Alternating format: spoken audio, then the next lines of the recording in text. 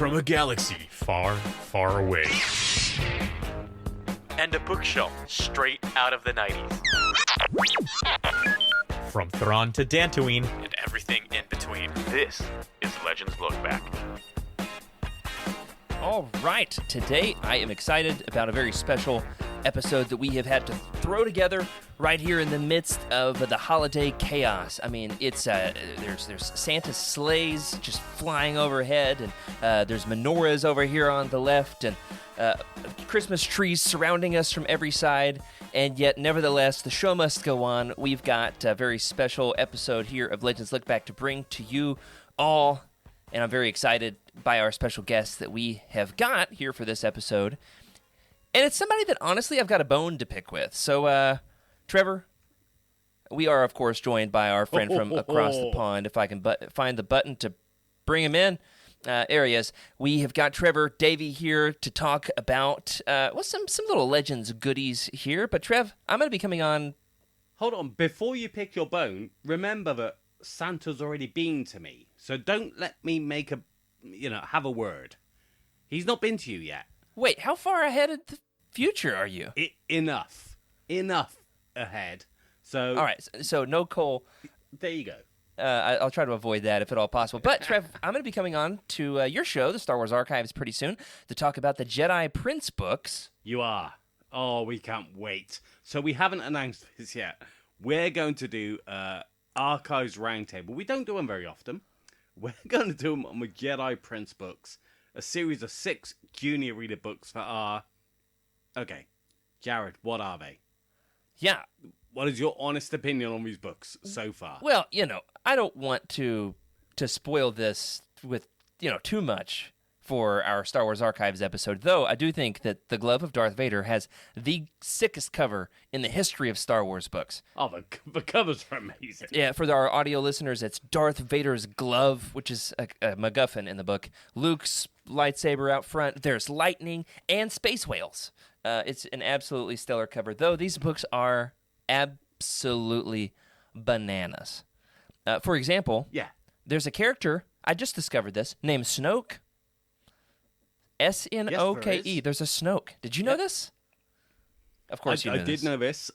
I discovered this recently, actually, because I've never read them fully myself. Yeah. And, he's up there with the Kylo Ren of the Droids cartoon. Yeah, very minor character. These weird names that get pulled from somewhere. Not all that important. Snoke is in there. You know what also is in there? Very relevant now. There's a Ken. With the Barbie movie, there's Ken. And at one point... There's a Ken. At one point, they say, Ken what? Where are you from, Ken? Who's your family? His family lineage. That's a big spoiler for the series.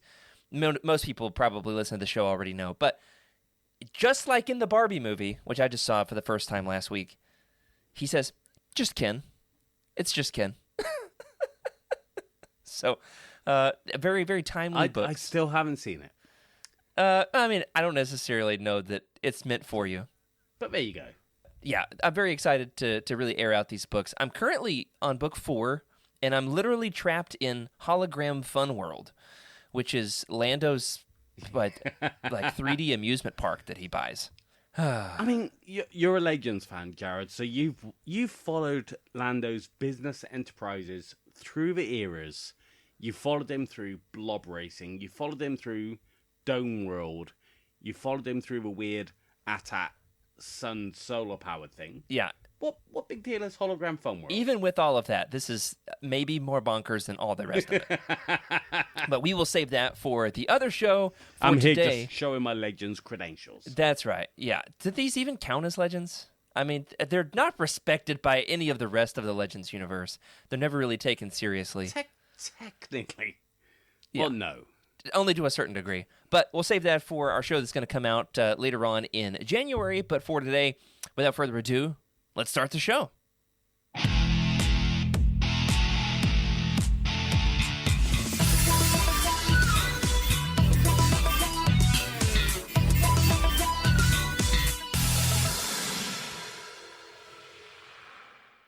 And welcome, everyone, to Legends Lookback, proudly part of the Youtini Podcast Network. This is a Star Wars books podcast for people who own every single copy of 1991's connectable X-Men comic, where we celebrate our rich EU history, as well as dive into lesser-known Star Wars classics. And, are we going to dive into those lesser-known Star Wars classics today? I'm your host, Jared Mays, and I'm joined by my legendary Star Wars friend from across the pond, rescuing me from podcast limbo because we needed to get a show out, and the holidays are upon us. And that is, you know him and love him, Trevor Davey. How are you? Jared, I'm good. It is very close. It is Christmas Eve. Christmas Eve. So, Christmas Eve. I watched Gremlins last night. I watched Die Hard tonight, and that's my Christmas movies done. I have a very sad confession. I've never seen Gremlins. Oh, wow. I know. Oh, it's incredible. Yeah, that might be fun. And I should tell my wife and kids tonight we're going to watch Gremlins. The evil of consumerism and capitalism, but based around a little furry Grogu wannabe. It's great. You heard it here first, folks. The Gremlins, they're furry little Grogu wannabes. It's a little bit of an anachronism there for you. But I'm very excited to have you here, Travis. An idea that we've been cooking up for about a month now. One day I was out walking the dog, and I was like, you know what? We should do one more holiday episode. What would work? Oh, what if Trev gave us really obscure Star Wars short stories, and we literally stuffed them into a stocking and pulled them out as holiday Legends surprises for our listeners? To which I described it to Trev, and he responded, I really have no idea what you're talking about. So that's about right. After describing it a little bit more, we have the stories queued up. The stockings are ready to go.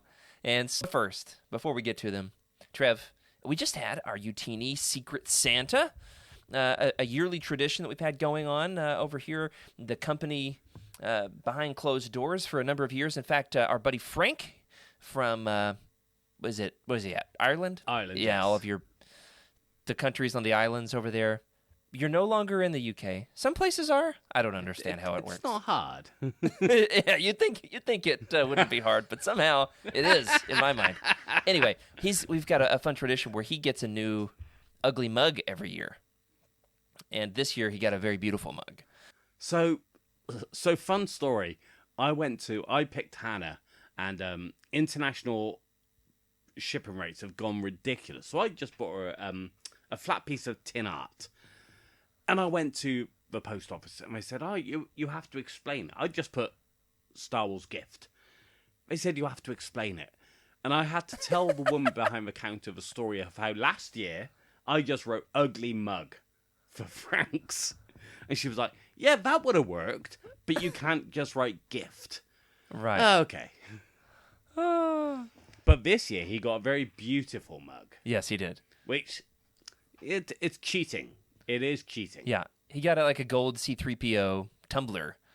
Yeah. Well, I got something I'm very excited about. Longtime listeners of the show, longtime fans of the Youtini verse know that iJedi is a company favorite, and we just got a brand new. Absolutely. Just got a brand new Essential Legends collection cover of iJedi, and our friend Caroline down in Alabama. She got me this one. Look how thick this is. I mean, that's a lot of core and horn. But he's looking better than ever, wouldn't you say, Trev? A bit like Cal Kestis. Oh, I can see that from behind. I think they're trying to trick video game players into buying a Do you? mid book. I don't know that I sense any deception, but I am glad to finally have my own copy because it's been hard for me personally to keep up with purchasing every new Essential Legends collection book as they come out. So grateful to have that. But Trev, I do have one more fun acquisition to show off for our listeners, something I have wanted for a long time, and it has finally become a reality. I was able to get my own Thrawn Funko Pop, finally, after all these years of waiting. Look at him in all of his blue, beautiful glory. Those glorious red eyes. There he is. I got him. So I did bring something to Thraken Thrift Store. Yes. So, it's been, how long has it been since I've been on the show? Like a year? I think you were maybe? on At least? Yeah, early Maybe early last this year. Christmas. January, March, somewhere in there. So I try not to buy frivolous things anymore. I've tried to rein it, much like Rick. I've tried to rein it in, but every now and again, something will pop up on eBay that you just cannot resist. Okay. What does he have? And it's a form of Star Wars media, but I don't even have a way of watching.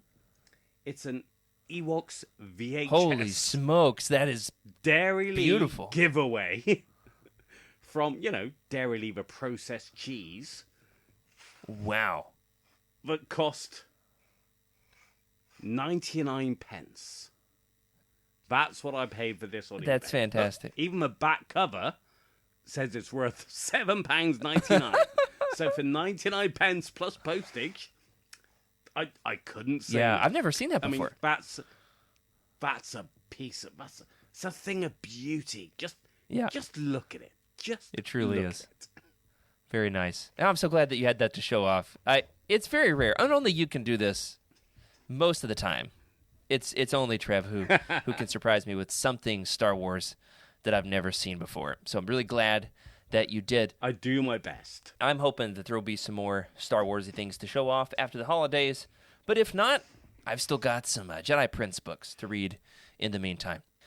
Moving on from Thracken's Thrift Store, this brings us to our segment known as Legends Lookout. And Trev, you get to try your hand at playing news anchor here, helping us to relay the information to the good folks. We've got some juicy things to talk about here. First and foremost, Del Rey / Random House Worlds. What are we calling them anymore these days? It's a bit convoluted. We're still calling them Del Rey because old habits die hard. Yeah. Anyway, they have unveiled the new Essential Legends Collection covers. In fact, we've already talked about these once before on the show, but they have now shown us the covers in like one beautiful graphic altogether at once. So we're going to talk about them again. Trev, what's your opinion on the new wave of Essential Legends Collection covers? We've got Wraith Squadron, we've got Order 66, and Knight Errant. As far as covers go, so they've done a lot of really interesting things with the covers, and sometimes there's a disconnect between me and the rest of the fandom in that the Wraith Squadron cover has been getting a lot of love. Now, I love the Wraith Squadron books, but I think this cover is a bit basic compared to, you look at the Order 66 one or the Knight Errant one, and they're amazing. I don't think the Wraith Squadron cover does the book justice.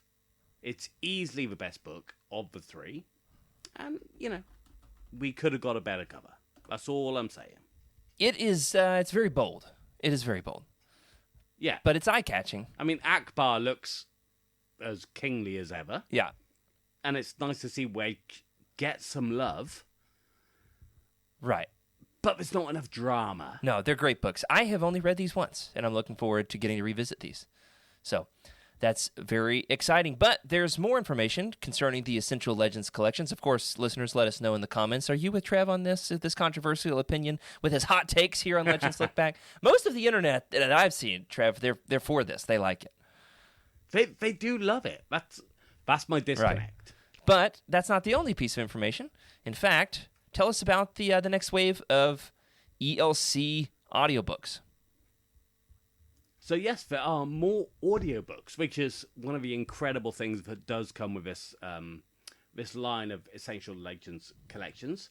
Released on Tuesday is Outbound Flight and Survivor's Quest, read by none other than, Jared assures me, friend of the show, Mark That's Thompson. right. We interviewed him one time for 3 minutes, so he's a friend of the show.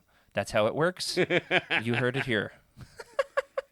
Yeah, it's very exciting that we're getting these. Of course, this is something that that people have been asking for. There was a big delay in these getting released there for a while, but now we're going to have some more of these Essential Legends collection audiobooks. Now, Trev, if I remember correctly, you're not a big audiobooks guy. I'm not. I've tried, and I don't retain the information as much as if I read it. Which is, I feel like I'm missing out because there's a new Wraith Squadron audiobook. And again, if I didn't mention this before, they're great books and everyone should read them. And I'd love to experience that again in a new format. They just don't work for me. Yeah, nothing wrong with that. But I'm excited about these. Of course, we've got the newest wave of them, Outbound Flight and Survivor's Quest. These have both just been released this week, in fact, on December 19th. And our friends over at Penguin Random House Worlds, are we friends? Hey, I've got some ham cooking downstairs. They did, of course, compass a couple of copies of both of these audiobooks, Outbound Flight and Survivor's Quest, and Rick has been messaging me every 5 minutes about how much he loves them. So thank you to the folks over there, and we are excited to continue to get to provide Legends coverage. All right, what else do we have here? There are, of course, some other audiobooks soon to come out as a part of this initiative. We've got The Courtship of Princess Leia, I, Jedi, and Yoda Dark Rendezvous, all releasing on January 23rd. I am especially excited about people getting to experience Yoda Dark Rendezvous for the I know it's a first great time. book. Absolutely fantastic. That it's up there, in maybe the top 10. Yeah, for me. I think so for me too. And we've actually not yet released our interview with Sean Stewart that I did at Legends Con. You have not. I'm waiting to release that for when the ELC comes out, so that fans can have like a little bit of a wombo combo, a 1-2 punch, if you will. But also, do you think we're going to get audio reconstruction of C-3PO singing? That is what the folks want to know. So I'm very eager to find out his song Han Solo, What a Man Solo. So I'm so glad you brought that up. We actually just had a guy in the Discord reading that for the first time the other day, and he said, I especially loved the song. And people were like, there's a song? Yeah, it's crazy. Oh, absolutely. You know what else is crazy? The fact that this Legends author is coming back. Who is that we're talking about? There is a new canon book that has been announced by the folks over at Random House Worlds, and that is the fact that Stephen Barnes, author of one and only one full-length Legends book that I'm aware of, Stephen Barnes is returning with this book called Mace Windu, The Glass Abyss. Mace Windu, The Glass What a Abyss. title. It's a great-looking cover. Stephen Barnes. Trev, do you know off the top of your head what is the one and only one full-length Legends novel that he's written? Well, that would be the Cestus Deception, but he also wrote the ebook called The Hive, which I believe happens between chapters 26 and 27. Only you would know that. Book, although it might be 27. Only you 28. and Mr. Barnes know that information, I think. But yeah, of course, notable among Legends fans for being as far as we know, and we could be wrong about this, and if we are, boy, would we look bad. But as far as we know, he is the only African-American Legends author to have ever written a full-length Legends title. See, I was not aware of that until you mentioned it, and I think that's even greater that he's been invited back into canon. Although, shout out to Patricia A. Jackson, who we interviewed on the Star Wars Archives, who wrote more though not a full-length Legends adult Barnes. novel. It's like we're splitting hairs here. I just wanted to tip that. No, she is a character. Oh my goodness. That interview that y'all did with her, it is top that was amazing. notch. So we're excited for Mr. Barnes, excited for this book. On a different note, kind of a bit of a somber note, one of our friends at the show, he actually is a friend that I got to run into at Legends Con. In fact, as soon as I walked in the room at Legends Con, he looked at me and he smiled and he said, "Hey!" And I did not know who he was. And I said, "Hello there." And he said, "It's me." And I said, "Oh, and who is that? Who are you?" And he said, "I'm Eddie, Surfer Eddie." And as soon as he gave me his handle, I was absolutely flabbergasted to find out that he is, in fact, one of our loyal listeners, Surfer Eddie, friend of the show. Unfortunately, Eddie and his family have suffered a tragedy, and we want to give him a shout-out here on the show, raise some awareness among our listeners if anyone is able to help them out. Surfer Eddie and his family suffered the loss of their entire home in a house fire. And he has started, he's got his own YouTube channel. He's been trying to raise awareness concerning the fact that his entire EU collection was ruined. Thankfully, I mean, I did hear Sure. about this, and it's awful. And if anyone can donate and chip in, because it's not just for Star Wars, Right. it'll be and every insurance only goes so far. I'd like to think that the Legends Yeah. community, the Star Wars community, can go that extra mile. And he's a truly delightful, wonderful guy. Anyway, it's going to be a long road to restoring his EU collection, and we want to be a part of that. So if you can, hop in the Legends Lookback Discord channel and chat up Eddie and see where he's still at in that process and what he needs. And we're going to post the GoFundMe link in the description of this episode. So, and finally, Trev, the time has come. It's time to unpack these stockings. Let's get into it. Unfortunately, the rest of my co-hosts have dropped like flies, so it's just me. But don't worry, Trev. I also have a gift for you. So first, really? I'm going to unbox my stocking. I asked Trev to stuff my stocking, which we did digitally from across the pond, with some little off-the-beaten-path Legends goodies. Right, Trev? Which is what I do. Every day is full of little Legends goodies for Trev, but growing up, as a kid, what kind of things would you get in your stocking? Do you call them stockings in Wales? We do call them stockings. Being from Victorian England, there was lots of coal, clementine, that, your general Charles Dickens scenario. You'd get a lot of coal in your stocking? No. I was going to say, I'm pretty sure that means you were bad, Trev. I remember getting the older Generation 1 Transformers, the ones on the peg in the stockings. Oh, cool. There's metal games where you have to twist for things outside of each other. A Rubik's Cube. That's kind of what I grew up with. Okay. I think I've every year gotten like a pin or a pack of pins, my favorite pins. I would get Kleenexes because we always had a cold in the winter. Is it a present? A clementine. It's a stocking stuffer more than it is a present. It's like, okay, but they're always useful. I have Sure. yet to not use one on Christmas Day. But then Pokemon cards, packs of Pokemon cards, those always make great stocking stuffers. If anyone downstairs is listening, Pokemon cards make great stocking stuffers. But there's no Pokemon cards in this stocking. There is, however, some Legends goodies. So let's get to it without further ado. Trev, I'm going to pull out the first of these stocking stuffers, and that is Jedi Dawn. Jedi Dawn is our first Legends stocking stuffer of the day. Trev, tell the good folks what exactly is Jedi Dawn. Now, I'm sure me and you have talked about Jedi Dawn before and its follow-up, The Bounty Hunter.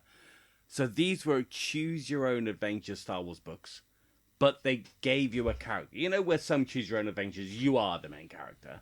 In these books, you had a specific character that you were following, and it would be, make this decision, turn the page, blah, blah, blah. However, the first one, Jedi Dawn, it came out in the early 90s, not too long before the Thrawn trilogy. And it's being referenced in the A.C. Crispin Han Solo books. It's all about the theft of the Death Star plans, which I'm pretty sure is where we've talked about it before. But you know why I really, really wanted to bring this to your attention again, Jared? Why is that that? they're the same height as your mass market paperback. No way, really? So can you really say that your Legends collection is complete? Don't you ruin Without my this Legends book. collection as a Christmas present here for... Well, I guess... It will never get reprinted with the banner. So, you know, No. its canonicity within Legends is dubious. But we Right. did interview the author on Archives, and it Yes, does Paul reference... Cockburn. It does reference the actual theft of the plans. And nothing breaks Legends canon, so... Jared, the hunt's not over. Yeah, it's fantastic. No, I've actually had this on my my wish list for years. In fact, today I was Googling it. There's a copy up for sale that's on eBay, $97. Wow. So It's not I'm not worth going that. to be... It's I'm not that worth dedicated to this. However, I am But more one than day- interested to go back and re-listen to One day it'll turn up. absolutely. This and its sequel. There's a bounty hunter book, right? Yes, which is even more. Well, that one doesn't quite fit into Legends canon as well as this one. This is the important And one.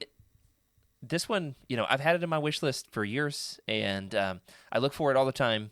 So I have yet to be able to find it. However, I really enjoyed that interview with Mr. Cockburn over on the Star Wars Archives, and highly recommend that all of our listeners do as well. What I really want more than anything for Christmas, however, Trev, is for you to say in your beautiful, wonderful, lovely accent that I'm not at all making fun of, the name of the planet from which they steal the Death Star plans in this book. Do you know what it is? Toporara. Yeah, Taprawa. I can't say it either. Toporara. Taprawa. Too Oh, no. many consonants, not enough vowels, or the other way around. Yeah, this is one that I really do want and would legitimately love to get in my stocking, though it's probably bigger than our entire Christmas budget, per person. So, maybe one of these days. It's one of these that I always hope that I'll just find, like whenever I'm in a used bookstore. But have yet to do so. All right, moving on. I've got another stocking stuffer here to unpack. We've got Marvel 108. And by the way, look at this Star Wars stocking. Look at this beautiful thing. My Stormtrooper stocking. Here we go. Marvel 108. Now, I have actually read That is Marvel 108. glorious. I have this, though I'm not sure that I would be able to find it, just by looking around the room. So, Marvel 108, this is a real unusual kind of oddity. The fact that the Marvel line ended, decades ago. 85? Is that when it ended? 84. 84, okay. Was the Not the end of this 1984. era with the Marvel 107. But then, a few years ago, there was a return to this original line with none other than, here it is, Marvel 108. Marvel 108. Why did you choose Marvel 108 to put in my stocking? So, you guys are the Legends experts, but I don't often hear you talk about the Marvel comics. No, not a whole lot. I wasn't sure you knew it existed. It's as simple as that. So I'm very, very thrilled to know that you do, that you've read it, and it is on your shelf. You know what I'm not so Because thrilled about, Trev, is the fact that I can't find it in here. But, we do see the return of Valance. Yes. And Jackson has a resurgence. And this comic has so much in common with current canon that the lines do get a bit blurred sometimes. Yeah. It also has the return of Domina Tag, who is a Yes. huge player in the Afra comics, and I believe she might be in the mainline Star Wars run as well. So it's her return. I love Valence's intro. I actually got to pick up a copy of this. I went to a comic book store with Emma a couple of years ago in Maine. I just so happened to be in the town where she was working at one point in the summer. We met up at the comic book store, and I found, is it Marvel?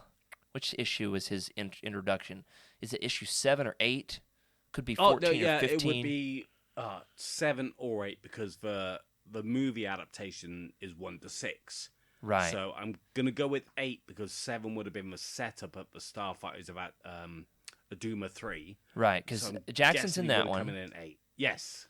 Yeah, so Valence is in a very early issue. I found the copy, was very thrilled to get it. And his duel with Vader... Do you pronounce it Valence? I pronounce it Valance. Yeah, it's one of those It's names that that thing of reading words. I That you never suppose I say out always just loud. read it, and I don't know what's the right way to pronounce it. Though Like it's the Western thing, isn't it? I think we Liberty can... Valance. I think we can pronounce it better than Taprawa, no matter what pronunciation we have. I would think that Valence would need 2 L's, but Valence, Oh, that's a good shout. though your explanation does probably make more sense. But how do you pronounce Liberty Valance for Old Western? I've never heard of it, Oh, okay. so I don't. Because that's the Rich Handley, was it Rich Handley or Jason Fry who had to give? It was Jason Fry who had to give Valance the first name. Yeah. Used an anagram of Liberty to make Baylor. Okay. Oh, right. Which is the dumbest name in all of Star Wars, as far as I'm concerned. And he's not happy about it. If you read quotes about it, he's really not thrilled about his work there. Oh, that's hilarious. But the duel with Valance over the lava, it's like acid lava. Yeah. In those issues, and then Vader's hand comes up out of the lava, or is it Valance's hand comes up out of the lava and grabs Vader's foot? It's absolutely one of the coolest moments in that entire run. And speaking of somebody who's read like maybe 10 issues of the original Marvel run, sweeping declaration, it's one of the coolest moments. Yeah. But also the way they don't shy away from Legends canon as a whole. They accept everything. In that one single issue, they reference the entire history of the books and the Marvel comics. They tie everything in. It's fantastic. An incredible closure. Absolutely. And I especially like that it's got little like short stories within it, so short comics. Yeah, so it's like multiple, little stories all strung together. So a very interesting and odd exception within the Legends universe. I've got one more stocking stuffer here before we should at least discuss one of Freddy's, because you pulled a really cool one that I want to make sure that we can get to. Here we go. Last one, reaching deep into the stocking, deep into the toes. Here it comes. Oh, I dropped it. There it is. The Essential Guide to the Force. And I hate to break it to you. This is a book that I have seen and yet have never owned or opened. Or maybe that's good, because you get to tell us about it here live on the show. What is the Essential Guide to the Force, and why did you choose it for today? So, Jared, you've grown up with Legends, as I have. You can probably name a dozen essential guides off the top of your head. Essential guides to droid, essential guides to characters, essential guides to starships. There's loads of them. And a lot of them are very dry, very informational. We're encyclopedias. Yes. Right. This Not one necessarily is my different. favorite way to consume Star Wars content. Yeah, this one is different. The amount of in-universe documents, or that's how I call them, sorry. They're in-universe narrations. They're Okay. characters talking about events. Sometimes you might see Tion from a Jedi Academy giving a lecture on ancient Sith. Sometimes you might have Tahiri and her nice. Her debriefing by Corsac after her abduction by Yuzan Fong. Sometimes you might have a transcription of Luke's first ever spiel to his Jedi Academy. So much of it is in universe from the characters throughout the entirety of the Legends timeline. It's not Awesome. just a reference book. It's a reference book in universe explaining the history of that universe from the words of the characters that inhabit it. Okay, so the ones that I can think of that really do that well are the like Jedi Path, Book of the Sith, Bounty Hunter's Code. In fact, my daughter this is kind of 50-50 in that it is a reference book. Okay. But it's filled with these little vignettes on the way. Okay. And I think this is better than most books. Oh, geez, Those books are they're very detailed. They go a lot more in depth than Jedi vs. Sith does. But if you want to read the entirety of the galactic history, right, I from can see there's some people who lived Rakata here, stuff here. then this would be it. Yeah. There was some stuff about the Rakatan Empire, and especially if it's narrated by Tahiri in some places. We're going to go pretty deep in the Legends timeline on the other end as well. Very exciting.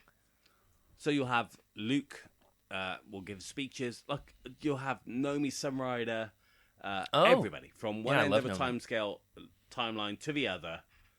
There will be characters that you recognize, Awesome. and you will hear or read their words. Okay. All right. Yeah. I'll definitely have to check that out. Now I wish that you had put the actual book in my stocking. Though, now that you say it, I'm looking on my shelves. There's a chance that I have this. And But I've never read opened it. Or maybe it's just I've seen it around so much, but I've never picked so it up. I don't think I own reference it. books in particular. I was never not say I wasn't a fan of, but they were never on my instant buy list. Right, But right. this one, there's two reference books that I think should be a must buy for any Legends fan. Oh, That's the one with this one. Yoda and his books on the cover? No. Oh, what? This one and The Essential Guide to Warfare by Jason Fry. Well, yeah, I mean, that one's great. Both Ryder Wyndham and Jason Fry are absolutely gods, but the amount of in-universe content means they're not reference books. They are chapters in Legends history. Okay. Now I'm kind of That's my like spiel. miffed that you came on the show and said that the the Essential Reader's Companion is not, an essential reference book, but I suppose It's not though. a lot of that great. stuff is on the book. Yeah. It is great, but it doesn't contain any in-universe material. That's what you live for, but it's got Yes. a ton of in-universe illustrations. It does, yes. I was literally flicking through it this morning. Oh, were you? Yeah, I was doing some I was doing some timeline stuff because I remembered that there was the interludes from Legacy of the Force Invincible took place earlier on the timeline, and I was trying to work out which one of the Young Jedi Knight books that first interlude took place between. So yeah, That's funny. that's just an average Saturday morning. Of course. Absolutely.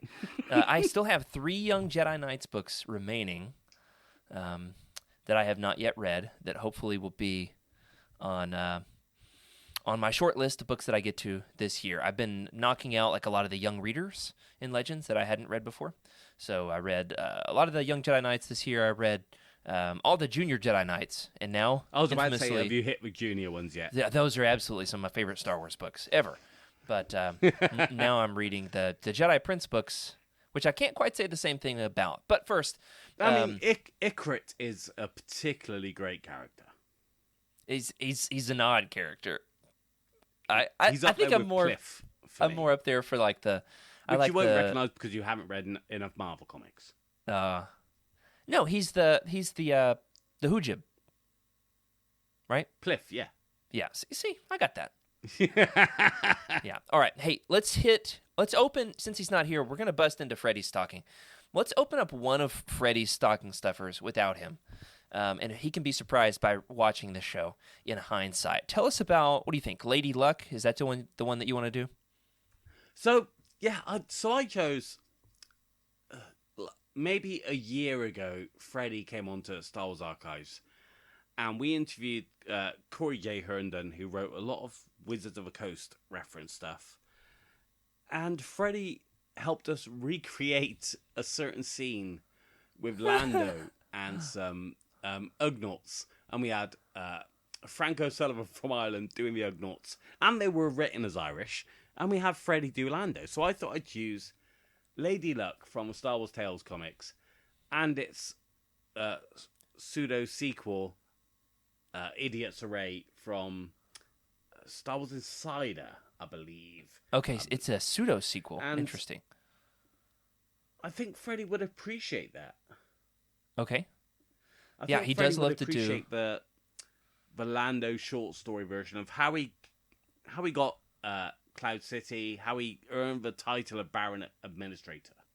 So Lando has been at the Sabacc table, and someone has tried to fraud him, or fraud someone else, or he's been accused of frauding someone. Who knows? And there's a Toydarian trying to escape, so he captures him with his cape. Now we all know Lando loves That's his hilarious. cape, and this goes back to the 90s at the very earliest. That's fantastic. Yeah, I'm looking at some info on this. This was a 16-page comic from Star Wars Tales #3, so iffy on its continuity, even for the Legends universe. And I'm not 100% sure here. Sorry, You're fine. Jared. I need to plant a flag Okay. about Star Wars Tales. Yeah. So, Star Wars Tales ran for 24 issues. They didn't decide until issue 20 that they were fully canon. Okay. And they were going to call the rest of them Infinities unless something else referenced it. Oh, okay.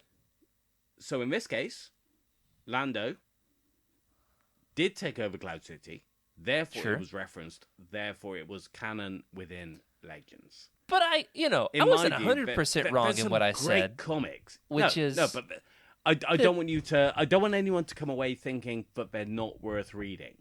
Right. Because This is there's some infamously- incredible stories. in Star infamously Wars where we Tales. get the story of George R. Binks, right? Apart from that one, they're all worth reading. Apart from that one. No, that was definitely worth reading. It is bananas. But this is cool. In fact, I think it's really important, the role that it serves within the Legends universe, something that honestly for me has always been a gap in my knowledge, a head scratcher, if you will, where I've been like, where did Lando get a ship called the Lady Luck? All of a sudden, he just has this ship, which is one of the most iconic ships in all of Legends, which has now been recanonized through Shadows of the Sith. It was in that book, Yes. maybe some others as well. You're going to, about the timeline Nazi me, I'm sure. But, yeah, the Lady Luck, very iconic Legends ship. This comic is the origin of the Lady Luck. That is something I can't wait to share with Freddie. Well done, Trev. Now, before we close out the show, I've got a little surprise for you. Are you ready for this? No. You have no idea what this is. And honestly, it's not a story. So, you're not going to be like, oh, as if you're going to show me a story that I've never read before. You're That would have been amazing, though. You're way over my head on that. Though there was that one time 5 years ago that I did remind you of a story that you had forgotten about, involving Dash Rendar stealing Death Star plans from a video game. Anyway, I've already forgotten it. What I have to present to you, hide your eyes, hide your wife, hide your kids.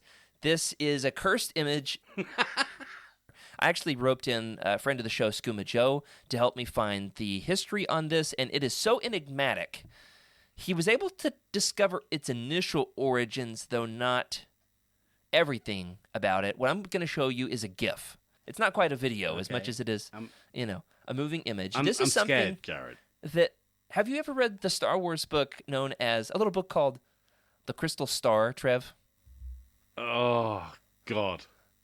Yes, yes. Only once, but yes.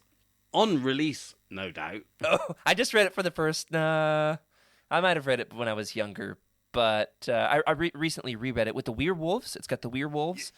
You know, the one thing that stands out to me more than Waru, the interdimensional being, was Han's purple beard.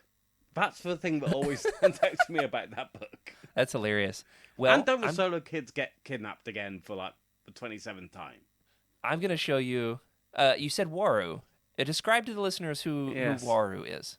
He's a interdimensional blob type being, but he's like an evangelical. It's so hard to explain. I'm not evangelical, but I'm close. So I'm going to deflect that one and say we have nothing to do with eating children. Okay? Which is what Waru does. He's a gold cube interdimensional being that sucks He's the Force. Doctor Who villain of the week. Sure. That's the best way to describe him.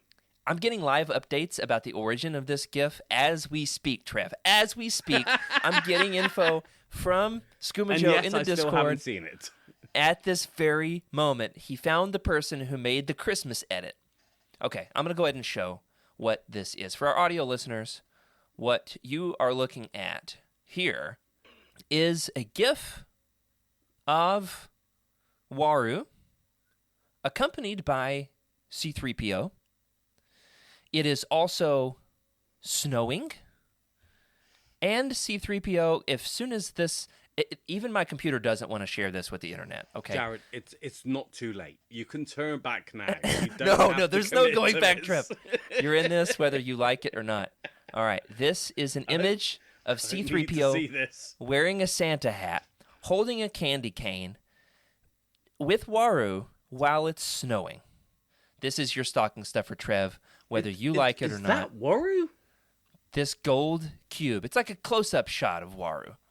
The gold cube is Waru. That's not how I envisioned Waru in my mind at all. Well, what about the fact that there's like blood melting from the scales of Waru, the blood of... Well, I never really thought he had scales. That looks more like Yeah, I didn't figure he had such physical form, such definable presence. I was thinking more intractable blob. All right, so here's the history of this image. There's a long storied history. I did a lot of research, and by I mean I sent Skooma Joe a message, and he did all the research. All right, the original image came from the Essential Chronology book. Oh, wow. So in that case, it is legit. Yeah, what is the Essential Chronology? I don't think I own it. I First might. effort of timelines. Oh, really? Okay. Yeah, that was like a original reference book. Oh, I do have it. Again, part of that the first generation essential reference books. Not quite like the timelines book we got, but very much a retelling of the Legends continuity. But that came out, I think that must have come out just after the New Jedi Order. So even before Legacy of the Force. Maybe. I might be wrong on that, but it wasn't at the end of Legends. It was still kind of midway. Wow. So, I've apparently had Waru sitting on my shelf all these years and had no idea. So that's the original image. The original image, it's black and white, just a photo, not a GIF. Comes from the Essential Chronology book. It's cursed. Can we also note 3PO's red eyes there? So yes, they're very red. Is he really 3PO or is he C3PX? You know, he's the assassin droid. He's so cursed by Waru that C3PO you can't is see the X, seeing it could red. be covered by the hat. So, all right. So that could be the assassin droid from the Droids comics. So here's the history. Just the saying. original image comes from the Essential Chronology. Then someone colorized it.